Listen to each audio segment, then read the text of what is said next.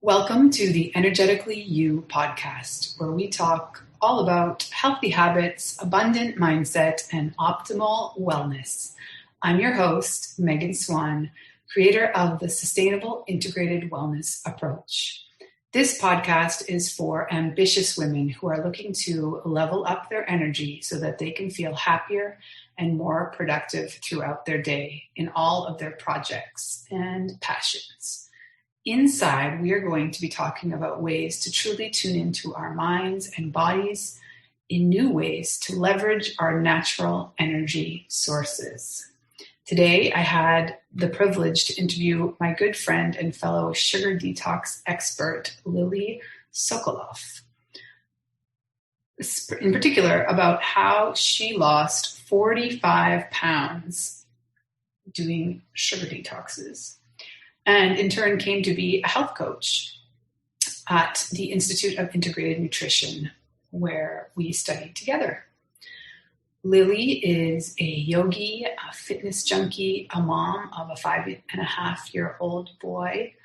She is Russian-born, a proud Canadian living in Georgia, United States. Lily is 39 years old and has never felt better or happier than ever.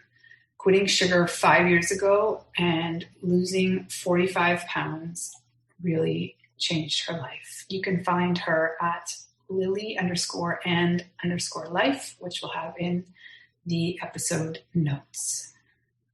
So let's dive in.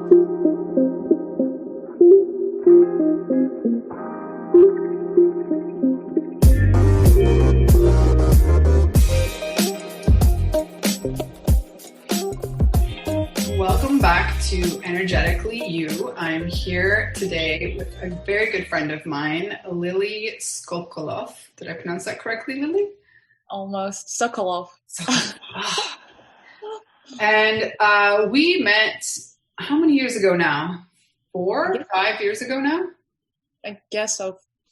3 years ago. We actually met in a Facebook group because we were both studying to be health coaches with IIN, and we happened to be in the same cohort. We were both doing it in November of 2017, it seems to me, but don't quote me on that. Anyway, she is here today to share one of her many incredible stories. Today we're going to be focusing on what initially we shared a lot of, which was a passion for getting sugar, or at least refined sugars, out of our diet. She has really inspired me and was the reason that I started focusing on that at the time as well. But let's hear from her. Let's go back to, how did you come to be studying for a health coach? Thank you for the question. Thank you for having me at this podcast. I'm so excited. And the story about integrative nutrition was actually started with my sugar detoxes. When I had my son, I was pregnant with my son, and I gained around 70 kilos or 45 pounds. I guess 45 pounds. Okay. And I thought somehow, because of my first pregnancy, that when my son's going to be born, I'm going to lose all that weight. I was pretty confident. And somehow my sister was asking, like, Lily, are you okay that you just kind of gain? I'm like, I'm fine. And plus, I guess the idea of that I exercised a lot, so it made me overconfident that, I'm exercising. That's perfect. I can still eat my cookies. I can still binge on sugar, but I'm exercising, I'm counting calories. That was kind of my perception. And then my son was born, and this 45, I guess I lost maybe 3-4 pounds of his weight, what his weight, and the rest of it stayed. And that was kind of a wake up call. And it took me around maybe 3 months to figure out what's going on. I tried to change activity. I was walking a lot. I was walking with a stroller at least 6 miles whatever. It's just, I'm already switching to miles, I guess, kilometers, how many, 10 kilometers per day. And it still was, weight was stagnant. And somehow, I don't know where at some store, I found this book about sugar detoxes and I started reading it. And it's kind of like, oh, it makes sense. The way, the simplicity, how she explained it. What's her name? 21. Sarah Wilson or the other girl? No, 21 Sugar Detox. She was one of with Sarah, I guess, the pioneer of sugar message. And that's where for me, I read it and I'm like, okay, I'm going to try to do it. And and I was a little bit selfish. I just announced it on Facebook and said, kind of making everyone accountable around me, and said, guys, I'm going to try to do 21-day sugar detox. I'm going to keep you posted. I'm going to write every day how I feel. And I guess this accountability forced me to not quit. And plus, lots of people started writing back to me and like, Lily, can we join you? I know, of course, just let's do it together. Let's not. And at that moment, what I did, I quit all sweets because I realized every time I wake up, I have a cookie, and I'm still, again, like, I'm going to share later, like, I'm not against sweets now, but at that time I was eating it so much. So I had to switch to something else. And so what happened, then I quit sugar, 21 days, the hardest 21 days ever. Then I started. How old was your son at that point? He was 4 months. And then I started doing it on a regular basis, and I lost his 45 pounds in, I guess, in 8-9 months. Since when he was born, when he was 9 months, I was already back to my pre-birth weight, pre-pregnancy weight. And that's I guess that was really inspiring, because I was keep doing them and keep announcing on Facebook, and just, guys, who wants to do it with me? Okay, let's do it together. And that's kind of created this fun environment. Oh, we're all doing it together. And plus I saw the result, and that's where I realized it's actually 80% of what we eat is important. I always thought it's 80% of exercise and 20% what we eat. It's quite opposite. It's 80% what you eat, 20% exercise is just to boost some endorphins, dopamine, but the rest of it is just, we can dance, and that's going to be enough. So I guess that's basically in short the story about my 45 pounds. And since then, the story, because the question was why integrative nutrition. So then when I was keep doing them on social media, and this community of people who were doing it with me was growing, and all of a sudden people start asking me like questions which I'm almost like an expert. Oh, Lily, what do you think about that? What do you think about that? And I realized, okay, I need to answer these questions if these people asking me. And I realized I lack this knowledge. I have zero knowledge on nutrition. And that's where I was searching for integrative nutrition. I found them. It sounded perfect for me because it was online, just with one conference. And that's how I registered for it. And I loved it. It was life-changing experience. It was so awesome. All this information, right? You know that in terms of all modules and so much inspiring information. That's I guess my story of integrative nutrition. Yeah, I don't know if it was Joshua who always said, or I have it in my mind, like, very clear, you cannot outrun the fork. Like, it doesn't work.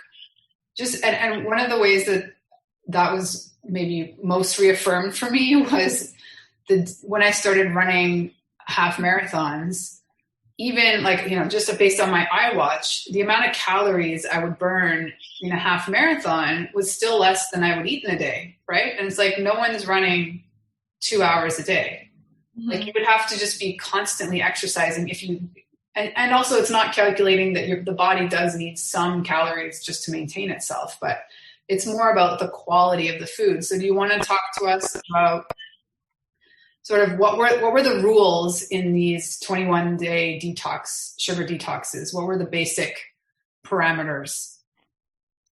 So what I realized, I guess the key now, it's more to listen to my body and it was actually quite strict. It was no dairy as well, and no flour, any white flour products, no alcohol, no sugar, and something else. And so through that, through eliminating all these products, I realized like the biggest result, which I see for sure, if I going back to that sometimes, was like cheat days, is the kind of you become like puffy. Like, I don't know, the face becomes heavier. It's everything. Even though you can stand on a scale and it's still the same weight, you kind of see yourself, you retain more water. And when you just keep that, you're listening to your body and just, okay, I don't feel like dairy works with me today or in general. And you start eliminating that. It's like listening to exactly what your body absorbs and craving for. Then you just look in the mirror. It's just like, oh, it's just like you just look at least like 10 years younger, at least in your mind. That's how I felt. And I guess definitely through that 21-day sugar detox, I realized that definitely dairy is not for me. I guess it's genetically as well, because that's what we're studying, right? And integrative nutrition. Just listen to your ancestors, listen to your body. For me, my ancestors never had cow's milk products ever from both sides, my parents.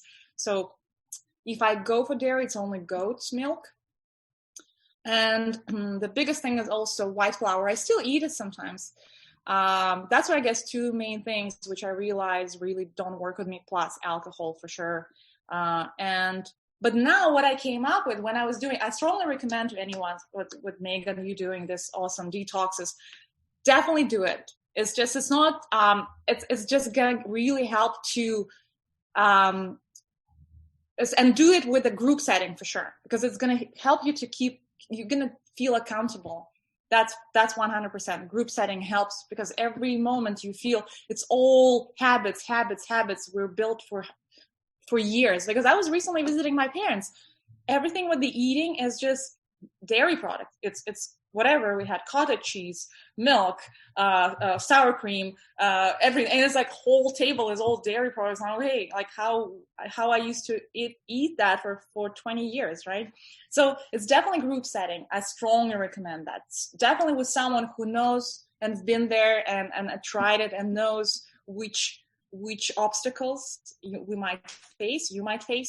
And but eventually what I suggest through this type of detoxes, come up with your own intuitive program, right? That's the goal, right? We just do it. Like, I realized I was strictly following that routine for a year. And then I realized, okay, now I feel strong enough to create my own. And that's what we were learning the most, right? At Integrative Nutrition, create your own intuitive eating. And that's what I love the best right now. It's not like I'm on a diet, but okay, if I feel like a small piece of cake once per week, I eat it, but it should be good quality cake. Something which I know about, where it's made, not some junk cake. It's all about more quality and savoring that instead of just binging when you're watching TV, or it's just more, life becomes better, right? It's just tastes better. Definitely. Can you go back to the part about your parents? Because I feel like it's an area of concern for a lot of people who start to shift their diets, and then they always feel that there's going to be resistance, maybe with their partner in life or their family, depending on what their living situation is. But I mean, have you even broached that topic with your family, or how does that work when you go home, for example? When I visit my family, I try to be polite. Because I'm not next to them, so I visit them only for 1 or 2 weeks. So I kind of eat a little bit of whatever. I'm not like, oh, I'm on a diet. It's like the less attention you attract, actually, it's better. You just pretend that you're eating. No one even notices that you're not eating, actually. That's the number one. It's just, no, the worst thing you can do is just say, oh, by the way, I'm not eating dairy and sugar, everyone. Okay, it's okay. The entire family, including your grandma and your aunt, and everyone's going to feed you that stuff for that reason, because just to prove you're wrong. So you just kind of quietly eating everything and saying how everything's delicious, because they were waiting for you and they're just cooking for you, right? But then what the biggest challenge was with my husband, when he was definitely, since childhood, a sugar junkie. If I was more like a a light sugar addict. It's more like all females, oh, cookie here, cookie there. He was literally sugar junkie when he remembers when he was a child, he would his parents were hiding sugar and he would find it and he would eat it with spoonful of it, like all that story. And eventually that was the hardest part. When I announced and I said, I want you to do it with me because it's going to be so hard for me to do it by myself. And that was really challenging because in order, like for me, I had to support myself. Like, okay, how I gonna be my willpower, right? But plus always watching him, because first 3 days he literally was running all over the apartment. So because I threw away all junk, all sweet stuff, everything. There was nothing at home. So he was literally running over, opening all drawers and searching for something sweet. So. And he literally had withdrawal symptoms, like headache, was really grumpy. So eventually we started, I was freezing some bananas for him. Then we started making some raisin, banana kind of thing. So everything at least, let's eat some fruits, but not like real sugar. So, and that's how we were transitioning. Just, I was giving him more raisins or bananas, at least for that. His habit of just eating sugar got slowly was gone, and now he's still not eating. He's extremely grateful for that. He acknowledges that. Of course, he has other health issues, but it's not sugar kind of related. So yeah, well, I feel like I've definitely brought a lot of fruit back into my life, and I find it interesting that it's always sort of this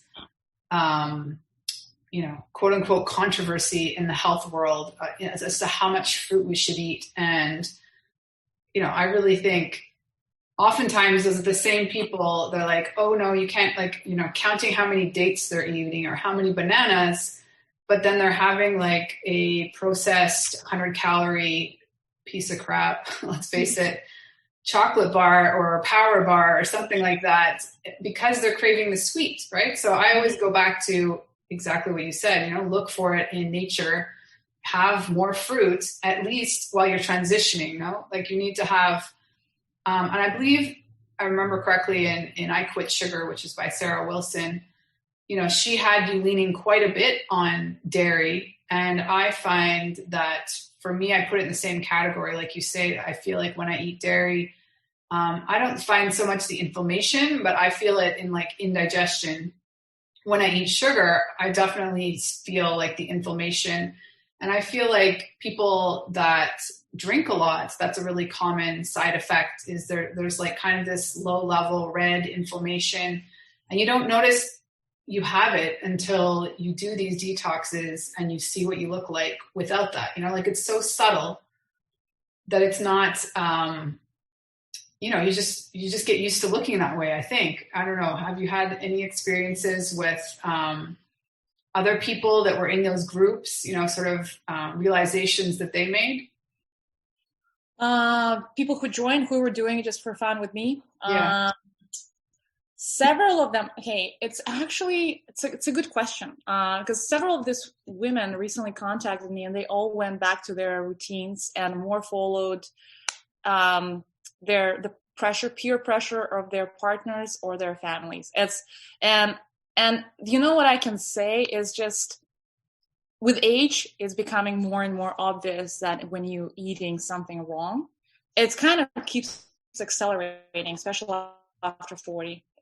And some of them stayed, and we in contact.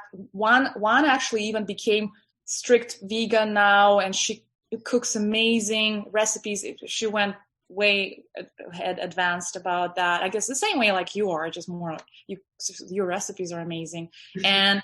And so, but it's only out of some percentage, I guess, like at least 40% stay, and with that habit, 60% go back to their old routine. And I really suggest just stay with your goal. Don't be distracted. Don't listen to anyone. Just if you decided to do it, that's your game plan, and just do it. And try to change, instead of following the peer pressure, right? The group, just try to create your own routine and show them that it actually works.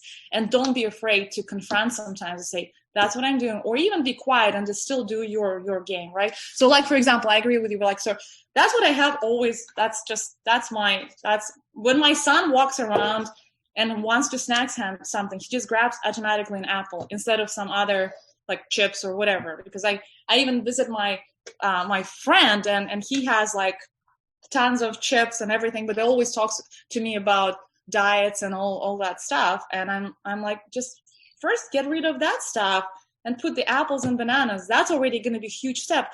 Don't complicate stuff. Just like make it so it could be so much easier. Yeah.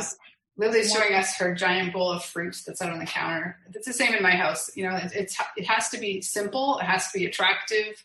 It has to be easy so that's the go-to. You know, like you have to take, maybe you don't absolutely need to remove everything that's not serving, or, you know, that's like falls in the highly processed or junk food out of your kitchen, but certainly move it out of easy, reachable, visible areas. You know, like we are creatures like anything else. The first thing we see is what we're going to start craving. So if you have that stuff out on the counter, that's what you go to. Whereas if you have a diverse bowl of fruits, sometimes they even have like vegetables in that bowl. The kids, and also in the fridge, like instead of having all the produce, you know, tucked away in drawers that you don't really see when you open your fridge. My kids open the fridge and they see everything's, you know, in glass containers, colorful, ready to eat. And that's what they ask for when they open the fridge. You know, like every kid in the world opens the fridge to see what there is to eat, right?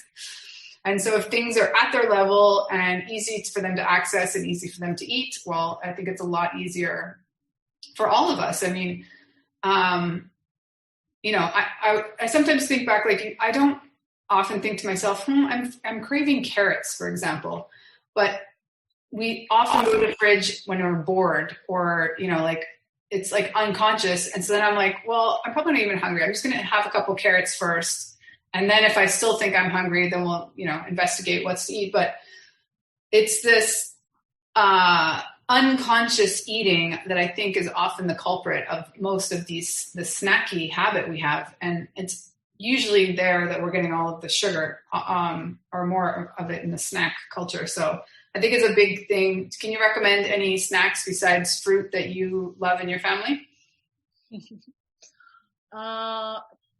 Now about snacks, it's a good question. I'm just usually banana is my favorite. If I really feel, I'm a big fan of intermittent fasting now. I guess that's what really works for me because I guess from my mom's side, I had a history of diabetes. My grandma died of diabetes, so I know I'm very sensitive to sugar.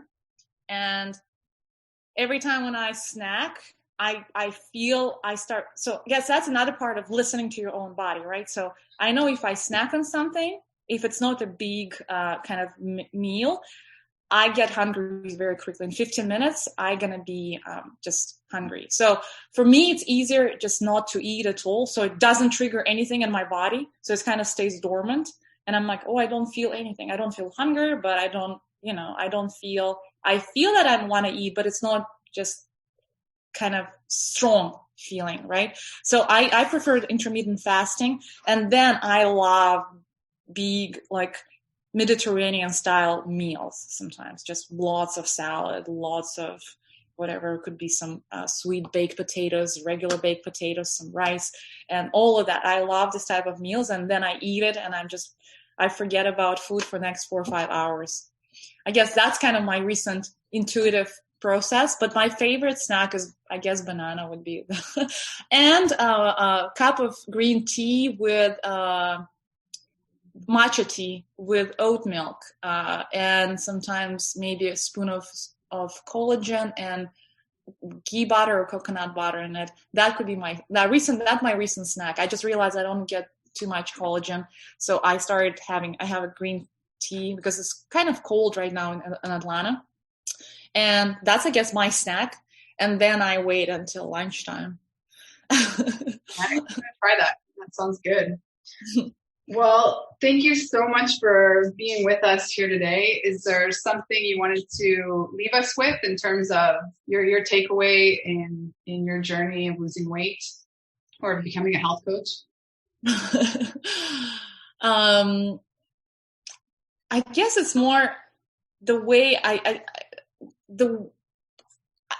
the moment when you start listening to your body, that's the key, right? And everyone said, and a couple of my friends said to me, Lily, you make it sound so easy. Oh, listen to your body. But that's the hardest part of the whole process, right? That's why I guess you also do some yoga and relaxation, because this relaxation techniques really help to start listening to your body. It's kind of a chain reaction. And then you start listening to your body, you start eating what your body needs, and then it's continuous. That's the best way to stay young. Is to I usually joke, it's just more my favorites, yoga stretches and not inflammatory type of foods is my natural facelifts, because you definitely notice when you start doing these two things, it's just like your neck is toned, you look like everything, you look young. And I guess that's the most important. It's not about, forget about scale. Don't measure yourself on the scale. Just look at yourself in the mirror, and just, if you see you're glowing, I don't like scale. I don't have it. And it's just more about your visual, your perception, how you wake up, how your head is clear, how much more energy you're going to have, right? It's like when we start limiting sugar, how much energy now we will both dancing on in social media. Yeah. So yeah, definitely a bonus. Mm-hmm. And of course, do it with a good group setting, as with Megan, and just enjoy it, have fun. Amazing. Yes. Yeah, Lily is also an incredible yoga teacher. I didn't mention that, but you have always been an inspiration, and I so appreciate you sharing that story and your experience. And I love the takeaway that it's really ideal to do these things that, if you're doing your first detox is not easy, and you can really benefit and in fact need a group setting or, someone to keep you accountable, so that you can get through all the phases of it and really see the benefits. And at the end of the day, that's where the intuitive eating comes, is you gradually introduce things again so you can be really aware of what it is that's either making you feel like crap or pulling your energy down, or, making your face puffy and not look, as radiant and amazing as you can. So thank you so much for being here. And hopefully we'll have you on again. We'll go down a different story path some other day. Sound good? Sounds great. Thank you. Thank you for having me.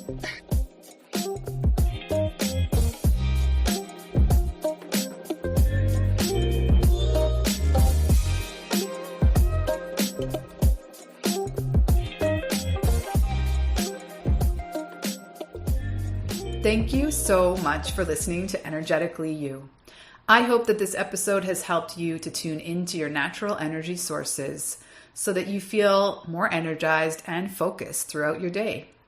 If you enjoyed the episode, please take a second to rate and review. Each review helps us to help more ambitious women just like you accomplish their goals. Don't forget to take a screenshot, share it on social, or in your Instagram stories, and tag me at Megan Swan Wellness. See you soon.